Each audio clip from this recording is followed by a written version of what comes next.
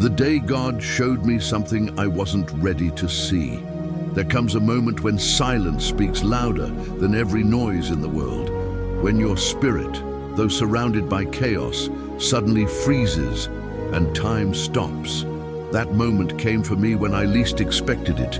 I wasn't asking for a revelation. I wasn't even in prayer. But heaven interrupted my routine with something so divine, so unsettling, that I knew I couldn't ignore it. What I'm about to share with you wasn't a dream. It wasn't imagination. It was a spiritual vision, a warning, a calling, a revelation. You didn't stumble on this video by accident. The fact that your eyes are here, your heart beating faster with every word you hear, this is not coincidence, it's confirmation. God showed me something that has everything to do with why you've been feeling lost, disconnected, and spiritually numb. And before I even begin to describe what I saw, let me ask you something. Are you really living, or just surviving? You wake up, you go through your day, but inside something is missing, and you've learned to wear the mask so well that even the people closest to you have no idea how heavy your soul has become. But God sees it. He always saw it.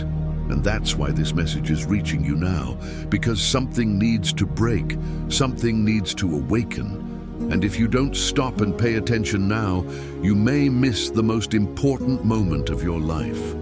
Let me be clear. This is not for the curious, this is for the desperate, for the ones who've tried everything and still feel like something sacred is missing, for those who cry in secret, scream without sound, and walk through the shadows of their own mind hoping someone, anyone, will hear their silent prayer. If that's you, this is the answer, and if it's not, leave now, because what I'm about to say will shake your foundation. When I received this vision, I wasn't ready. It revealed not just a truth, but a confrontation. It exposed the way I had been walking without purpose, pretending to trust while secretly doubting, asking for direction while ignoring God's voice. And in that vision, He showed me the one thing we all try to avoid: ourselves. This isn't just a message, it's a mirror. And if you're willing to look into it, really look, you'll see what God sees. Not your failure, not your shame, not your past, but your purpose, what He created you for. What hell has been trying to steal from you since the day you were born. This video will not give you comfort. It will give you clarity. It will not entertain your feelings. It will confront your patterns. It will not give you what you want. It will reveal what you need. And by the end, you will be faced with a choice. Keep living the same cycle or finally surrender to the truth you've been running from. So listen closely. Heaven is speaking, and this time, it's personal. The spiritual blindfold, living without seeing the why. There's a kind of blindness that no doctor can cure. It doesn't live in the eyes, it lives in the soul. It's when you wake up every morning breathing, moving, smiling, but not really seeing. You exist, but you don't perceive. You live, but you don't understand why. And that's how the enemy wins most battles, not by destroying you, but by distracting you from what you were created for. He knows if he can keep you busy, tired, and spiritually numb, he doesn't need to make you sin. He just needs to make you forget your purpose. Many people watching this right now are walking through life like that, functioning but not fulfilled. You've prayed before, you've asked God for direction, but deep inside, you're scared to know the answer. Because if you discover your purpose, you can't stay the same, and staying the same has become your comfort zone.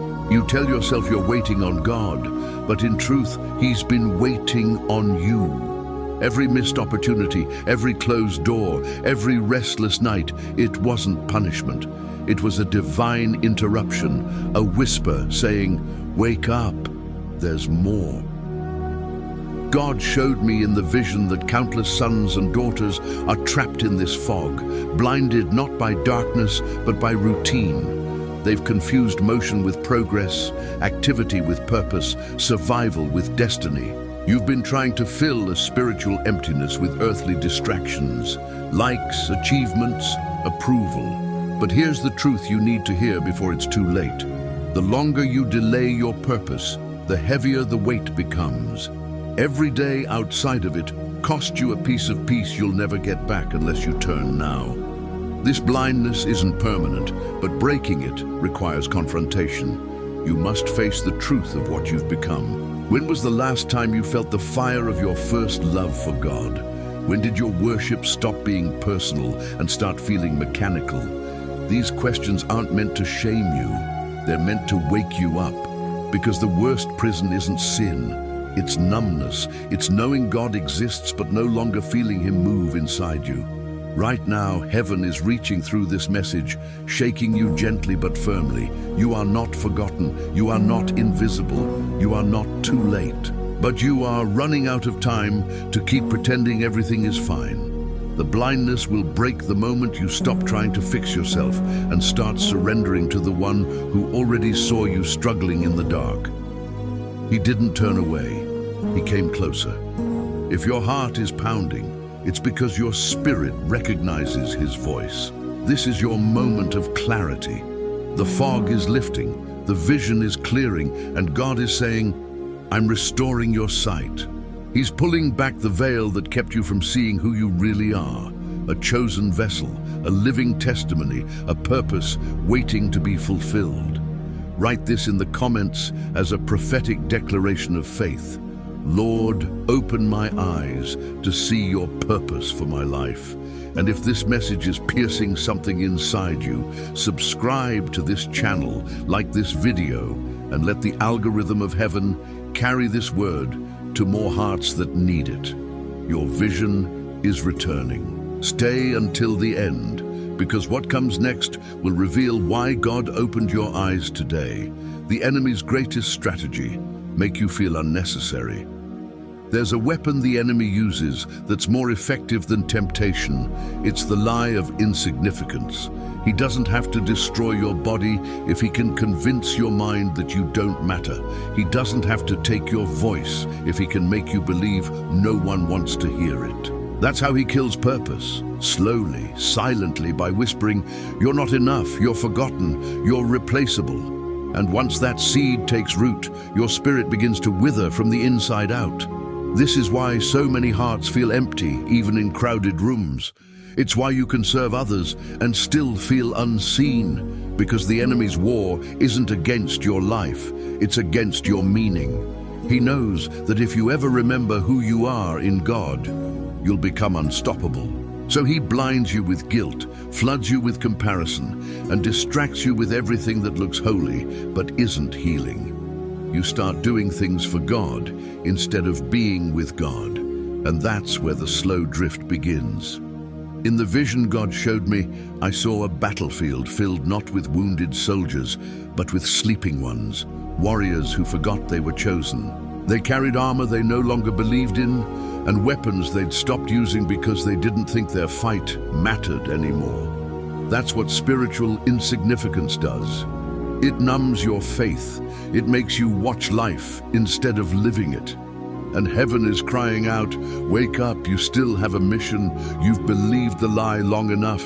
The feeling that your prayers don't reach heaven, that your life doesn't change anyone, that your mistakes disqualified you, it's all part of the deception. You're still breathing because your purpose isn't finished.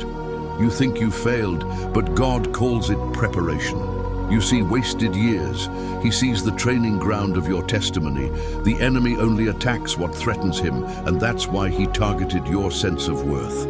If you were truly insignificant, hell wouldn't be this interested in you. This is your warning and your invitation. Stop agreeing with the lie that you don't matter.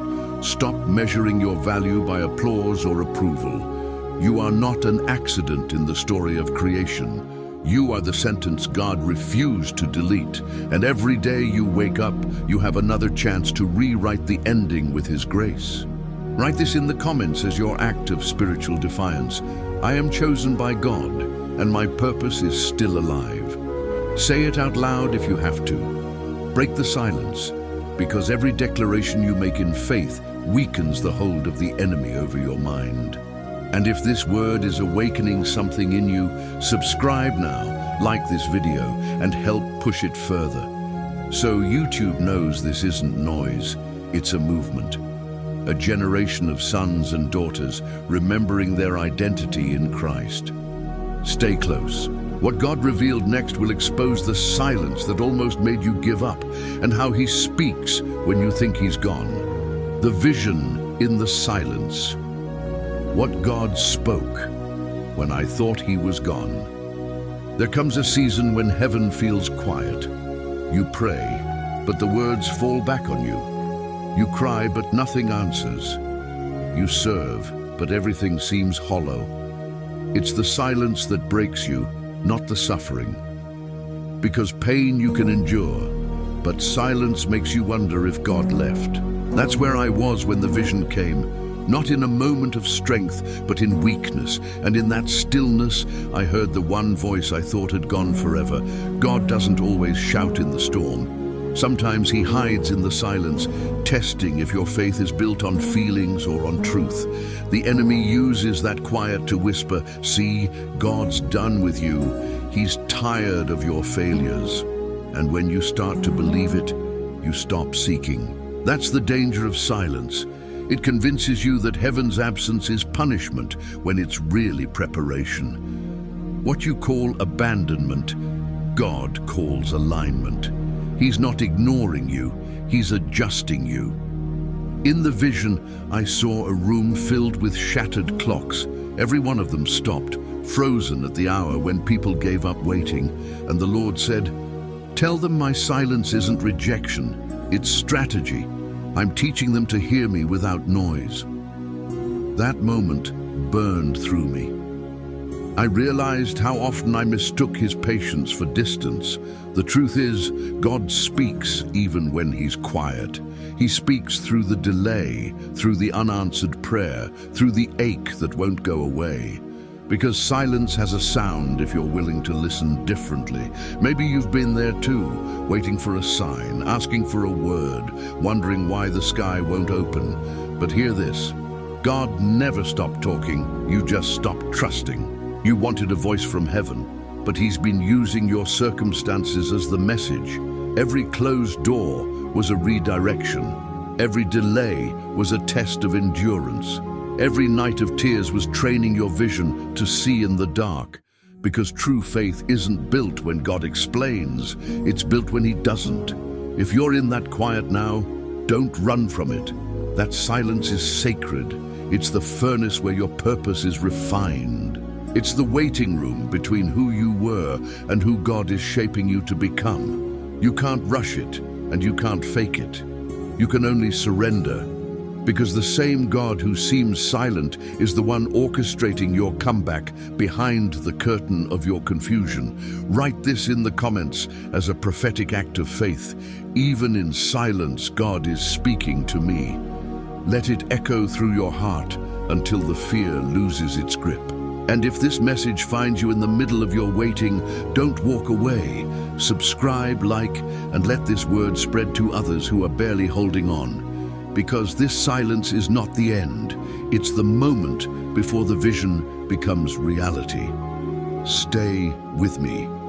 The next revelation will show you why your pain has been part of God's design all along, and why it had to hurt before it could heal. Invisible seeds, why your pain is part of God's process. Pain has a purpose, but you only see it when the wound stops bleeding. Until then, it feels cruel. It feels like God left you to suffer alone, like your prayers were ignored and your tears wasted.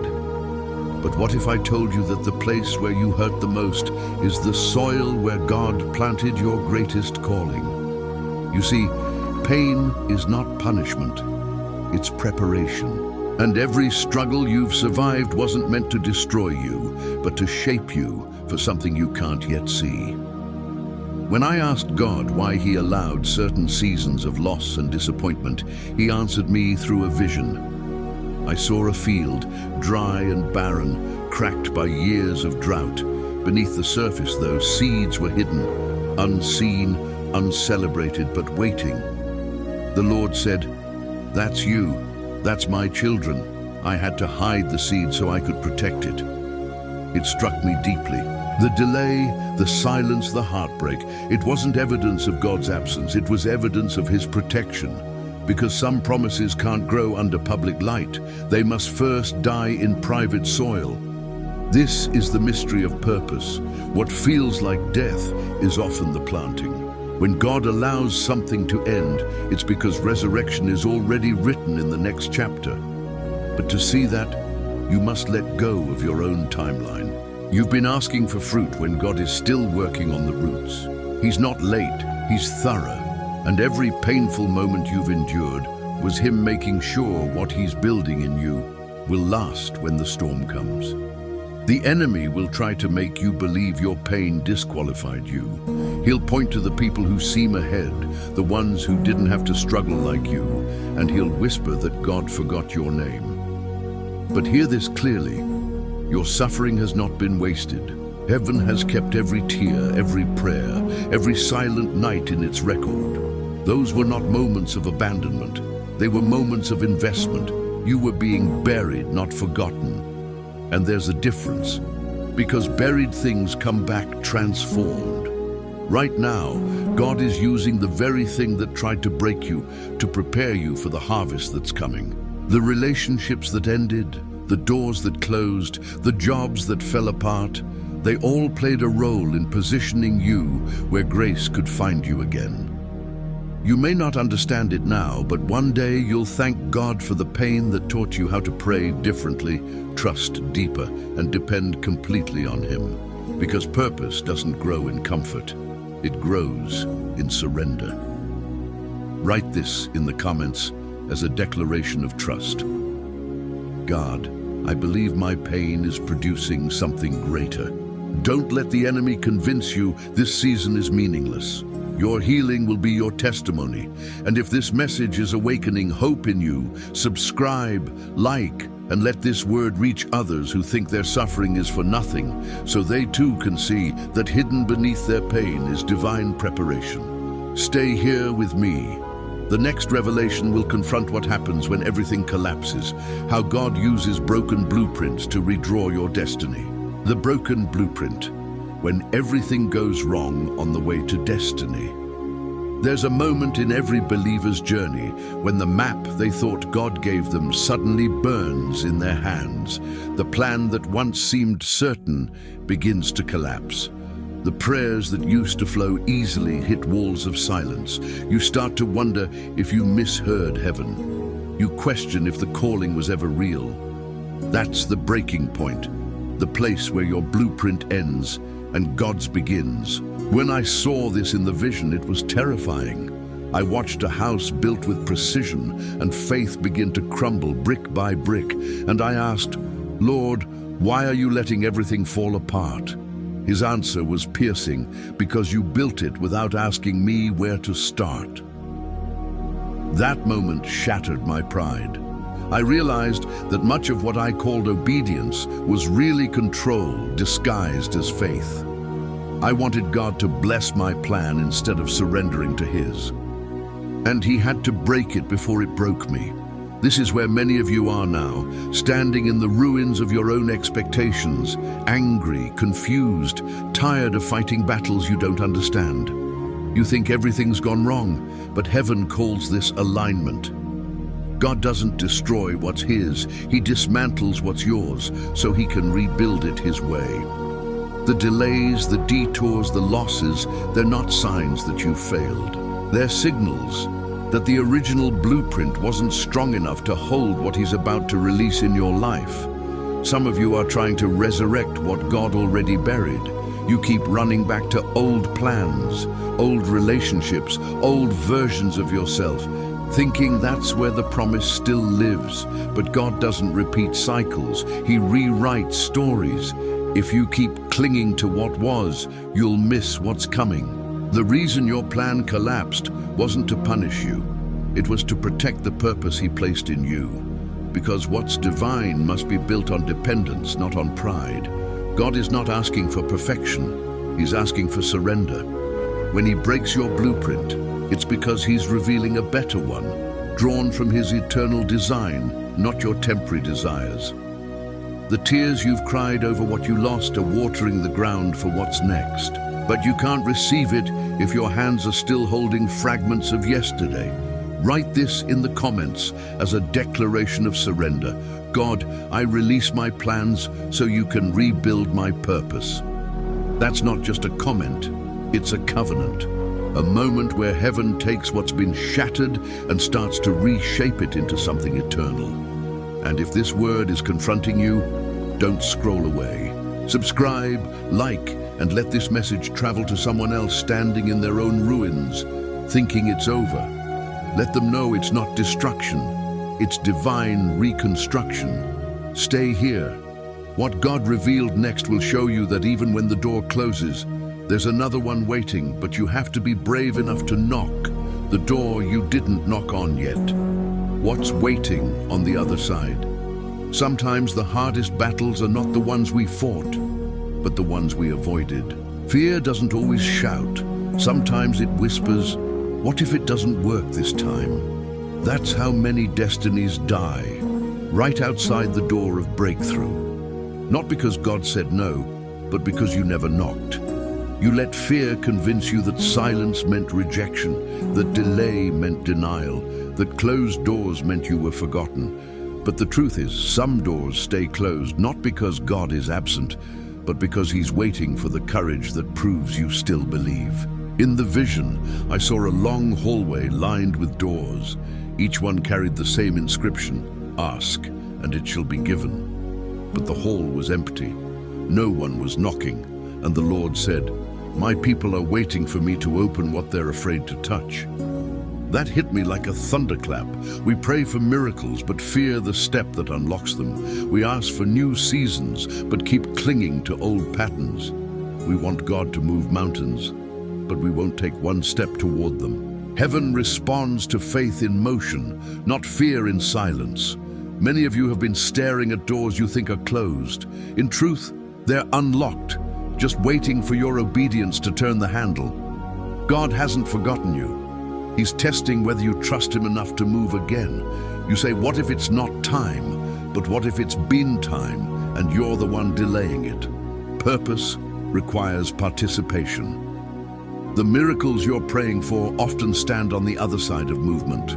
That job you're scared to apply for, that apology you're too proud to give, that calling you've been postponing until you feel ready. None of those doors will open until you knock. God won't force them. He invites you to step in, because faith without action isn't faith. It's hesitation disguised as wisdom, and hesitation is the silent killer of destiny. Don't let fear write a story God already promised to finish with victory.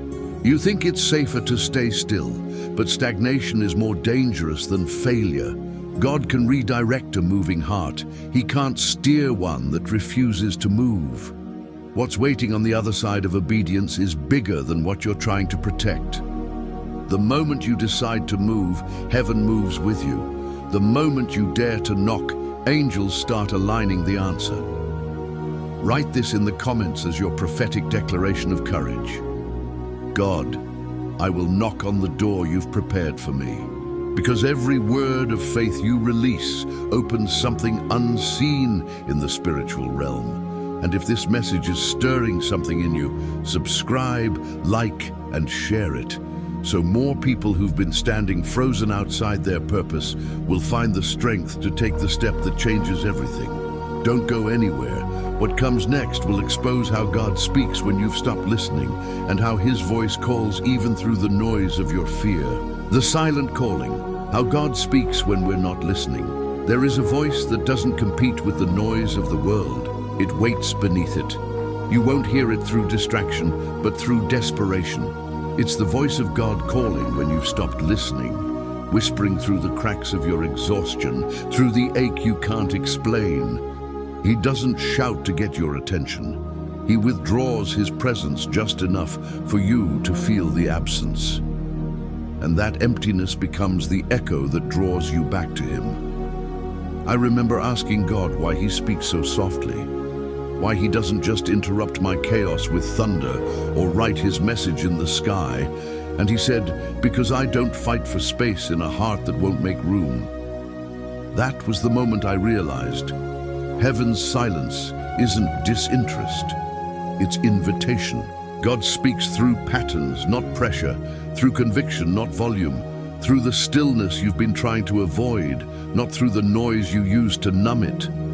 The reason so many can't hear God anymore is because they've become addicted to movement. You fill your life with distractions so you don't have to confront what's happening inside. You scroll, you plan, you serve, you even pray, but you rarely sit still long enough to listen. And in that restlessness, the voice that once guided you becomes a faint memory. But God hasn't stopped speaking. His silence is his strategy to make you remember that his voice isn't background noise. It's the foundation of your life.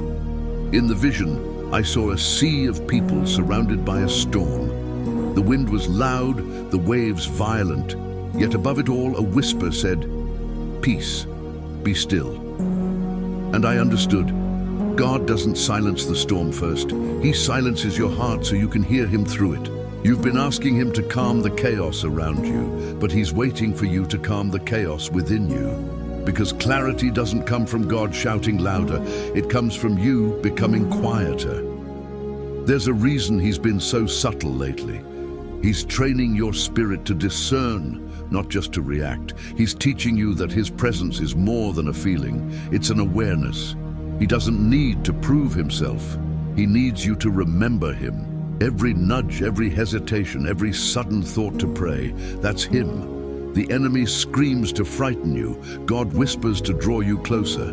If this message feels like it's piercing something deep inside, it's because the Spirit of God is reminding you that he's been speaking all along. You just stopped recognizing the sound. You don't need a new sign, you need a new silence. Step back, shut down the noise, and listen again. You'll find that what you thought was absence was actually intimacy in disguise. Write this in the comments as your prophetic act of surrender. Lord, teach me to hear you even in silence. And if this word is resonating with you, subscribe, like, and let this message echo to others drowning in their own noise, so they too can rediscover the voice that never left them. Stay close, because what God revealed next will remind you that even after you've drifted far, the purpose he planted in you is still alive and waiting to breathe again. The purpose is still alive, even if you're not who you used to be. There are moments when you look at your reflection and barely recognize the person staring back. The fire you once had seems gone. The faith that used to move mountains now trembles at shadows. You remember who you were, how strong you felt, how close to God you seemed, and you wonder, did I lose it? Did I lose me? That's where the enemy loves to whisper, it's over. You've changed too much, you've gone too far. But God wants you to hear something different. The purpose never died. You just stopped believing it could still live through you. What God placed inside you doesn't expire because of your mistakes. His calling doesn't dissolve because you drifted. The anointing you once carried isn't gone. It's buried under guilt, disappointment, and the lies you've accepted about yourself. The same God who called you when you were pure still calls you now, even if your hands are stained. Because his purpose was never built on your perfection. It was built on his promise. And promises don't break when people do. In the vision, I saw a candle flickering in a dark room, almost burned out, barely holding a flame. I asked God why he didn't just light a new one, and he said, because I don't replace what I redeem. That hit deep. You keep asking him to start over, but he wants to restore. You keep saying, use someone else, but he's saying, no, I want you. Even if you've fallen, even if you've doubted, even if you've walked away, your purpose is still breathing beneath the ashes of your failure. It just needs your yes again. You think God can't use what's broken, but have you forgotten that he built his entire kingdom on redeemed failures?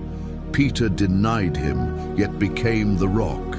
Paul persecuted the church, yet wrote most of the New Testament. You're not the exception. You're the next testimony. Stop disqualifying yourself from a purpose that heaven already approved. What you see as disqualification, God sees as preparation, proof that grace still works. You might not be who you used to be, but maybe that's the point. You're not supposed to go back to the old fire. You're supposed to burn differently now, deeper, quieter, stronger. The trials changed you, but they didn't ruin you. They refined you. And the purpose God gave you isn't waiting for a perfect version of you. It's waiting for the surrendered one. Because what he needs now is not your strength, but your willingness. Write this as your prophetic declaration of faith. Lord, I may have changed, but your purpose in me still lives. That confession breaks shame's power. It tells hell you're still standing, still chosen, still available. And if this word is breathing life back into your heart, subscribe, like, and let it reach others who think it's too late to begin again. So they'll know God still specializes in reviving what everyone else declared dead. Don't move. What comes next will unlock the power of saying yes again. The moment where destiny stops waiting and begins unfolding. Prophetic activation, what happens when you finally say yes? Every great move of God begins with one word, yes. Not a perfect yes, not a confident yes, but a surrendered one. The kind that trembles, the kind that costs you something, the kind that terrifies you because you know life will never look the same again. That's what heaven waits for. Not your strength, not your strategy, just your yes. Because that single act of obedience is what unlocks everything that's been waiting in the unseen. When I received the vision, I saw locked gates stretching as far as the eye could see. Behind each one was a flood of light and blessing, but they wouldn't open. And God said, "These gates don't need keys, they need obedience." That's when I understood. So many promises remain stagnant, not because God is silent, but because his people are hesitant. You've prayed, fasted, cried, but until you obey, nothing moves. Faith isn't proven in what you feel. It's revealed in what you're willing to do. That's why the enemy fights your surrender so fiercely. He doesn't mind if you believe, as long as you never move. He'll distract you with delay, drown you in doubt, and convince you that your obedience won't make a difference. But what if your next yes is the one that breaks generational curses? What if your next act of faith is the one that shifts your entire bloodline? You can't imagine how many lives depend on a decision you keep postponing because of fear. Every time you delay obedience, heaven pauses. Every time you act in faith, heaven advances. God doesn't need your perfection. He needs your participation. Your yes activates angels, aligns circumstances, and awakens dormant purpose. That's why disobedience feels heavy. It's spiritual resistance to divine momentum. But the moment you surrender, everything that was blocked begins to flow. The people connected to your destiny start finding you. The provision you prayed for begins to appear. The peace you lost starts to return. Because obedience carries resurrection power. God is saying right now, stop waiting for the right moment. The moment becomes right when you move. You've been analyzing, overthinking, delaying, but destiny doesn't wait forever. The door is open, but it won't stay open indefinitely. Obedience is time sensitive. When you finally say yes, you won't just change your path, you'll change your atmosphere. The same God who split the sea for Moses is waiting to split something open for you. But the sea won't move until your feet do. Write this in the comments as a prophetic declaration. God, I say yes to your purpose today. That's not a sentence, it's a signal, a call to heaven that you're ready for alignment. And if this message is convicting your heart, don't just listen, act. Subscribe, like, and let this message spread to other hearts that need to rediscover the courage to say yes before it's too late. Stay with me until the end, because what God revealed next will shake you. It's the moment you realize that this entire vision wasn't random. You were the message. You were the revelation. You were the reason God spoke. You were the vision. God showed me you would watch this. When the vision first came, I didn't understand it. I saw a crowd, faces blurred by fog, all walking in different directions. Some searching, some hiding, some too tired to move. But then one face came into focus. The Lord said, "Look closely." And when I did, I saw you. Not just a face, but a soul reaching for something unseen. He said, "Tell them this is not coincidence, this is divine appointment. They are the vision." You thought you just clicked on another video. You thought you were scrolling, maybe killing time.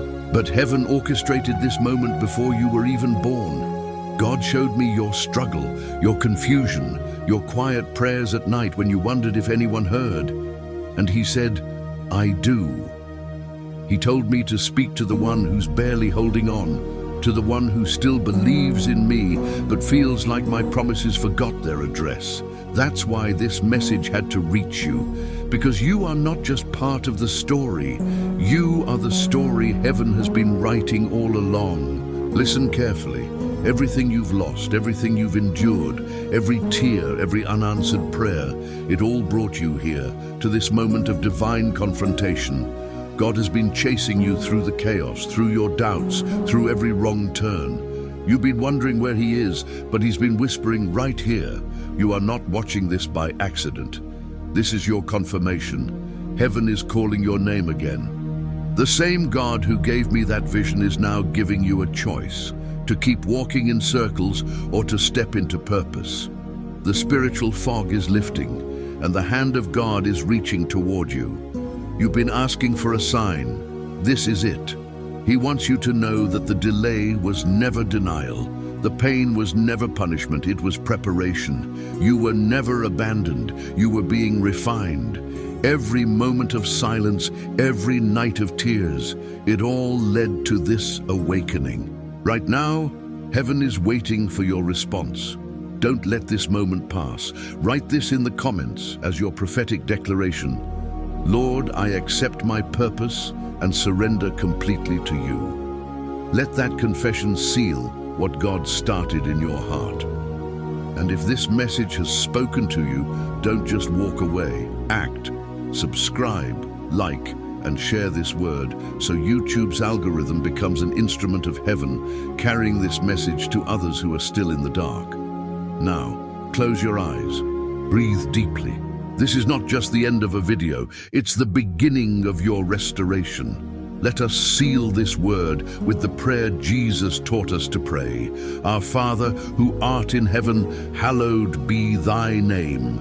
Thy kingdom come, thy will be done, on earth as it is in heaven. Give us this day our daily bread, and forgive us our trespasses as we forgive those who trespass against us. And lead us not into temptation, but deliver us from evil. For thine is the kingdom, the power, and the glory forever. Amen. This is your new beginning. The vision wasn't about what God showed me. It was about what he's awakening in you.